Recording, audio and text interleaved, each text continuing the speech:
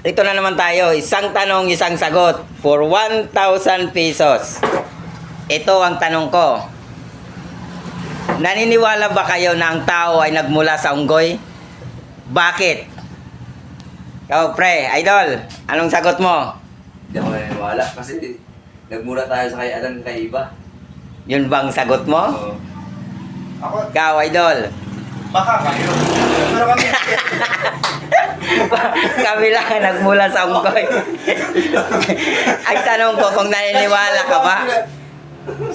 kasi kami hindi eh. Ewan ko lang, iba marami rin kasing, ano pare, hindi mo masasabi na naniniwala ako kasi meron talaga na nagmula sa unggoy. O kawin ni Diwata, ni Torres.